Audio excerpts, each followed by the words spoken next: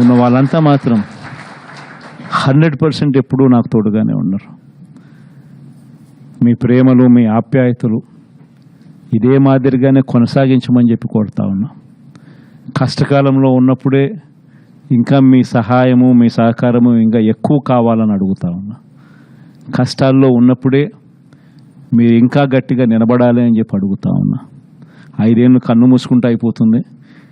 ఈ 5 ఏళ్ళ మన పోరాటంలో మీ సహాయ సహకారాలన్నీ కూడా మెండుగా ఉండాలని చెప్పి కోరుతూ బొత్స సత్యనారాయణను మన పార్టీ తరపు నుంచి మనం ఎమ్మెల్సీ అభ్యర్థిగా మనం రంగంలోకి దింపుతా ఉన్నాం.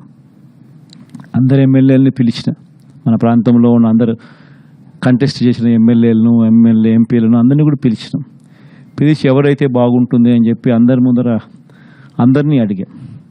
అందరూ యునానిమస్గా ఈ ఎలక్షన్లో మారీచుల మాదిరి జరుగుతూ ఉన్న ఎలక్షన్ ఇది, శకుని పాచికల మాదిరి వేస్తూ ఉన్న ఎన్నికలు ఇవి. ఇటువంటి ఎన్నికల్లో మనకు బొత్స సత్యనారాయణ లాంటి కొంచెం ప్రొఫైల్ ఉన్నోడు, కొంచెం స్టేచర్ ఉన్నోడు, కొంచెం గట్టిగా నిలబడగలిగినోడు, మోటుకోగలిగినోడు, ఇటువంటి వ్యక్తులు ఉంటేనే మనం ఎన్నికలను చేయగలుగుతాము. మనం అందరం కలిసికట్టుగా మొత్తం జిల్లా మొత్తం ఏకం కావాలనంటే అటువంటి వ్యక్తి అయితేనే బాగుంటుంది అని చెప్పి అందరి నోట్లో నుంచి వచ్చిన మాట.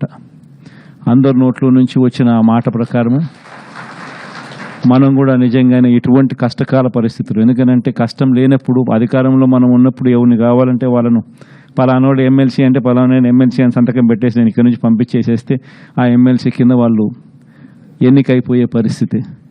కానీ ప్రతిపక్షంలో ఉన్నప్పుడు, ఎస్పెషల్లీ చంద్రబాబు నాయుడు లాంటి అన్యాయస్తులతో మనం యుద్ధం చేస్తూ ఉన్నప్పుడు మాత్రం ప్రతిపక్షంలో మనం ఉన్నాం కాబట్టి మనం గట్టిగా మోట్టుకోగలిగిన కెపాసిటీ ఉన్న నాయకుడిని మనం ముందర పెడితేనే మనకు అడ్వాంటేజ్గా ఉంటుంది.